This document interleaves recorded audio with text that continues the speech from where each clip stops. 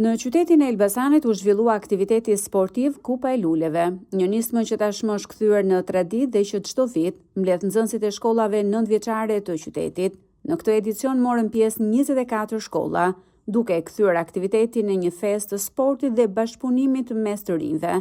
Finalet u zhvillua në disiplinën e basketbollit për vajza dhe djem. Në kategorinë e vajzave triumfoi shkolla 9-vjeçare Bardhyl Popa, ndërsa në kategorinë e djemve fituese u shpall shkolla Jorgji Dilo.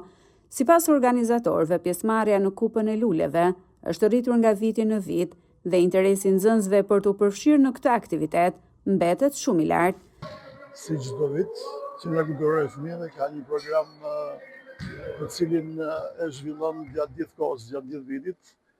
Në këtë eveniment jemi në përmbyllje të kampionatit basketbollit meshkujt e femra Kupa e Luleve, në finalen të cilit dolën shkolla Jorgji Dilo dhe Imelda Lambertini për meshkuj dhe shkolla Bardhyl Popa e Grid School për femra.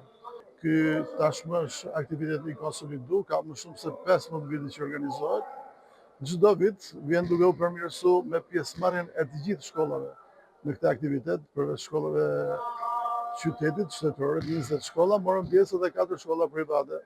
Ndërkohë, mësuesit e edukimit fizik të shkollave fituese e vlerësuan këtë aktivitet si një mundësi të rëndësishme për përfshirjen e fëmijëve në sport. Është kënaqësi e veçantë, nuk është se shpallesh vit për vit, pavarësisht se kampionati zhvillohet vit për vit nga Qendra Kulturore.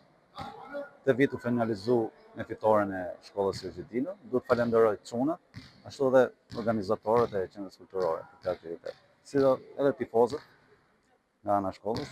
Shumë. Shikohet nga pjesëmarrja që fëmijët duan të aktivizohen këto lloj aktivitetesh, sa më shumë të jenë, aq më mirë është për fëmijët.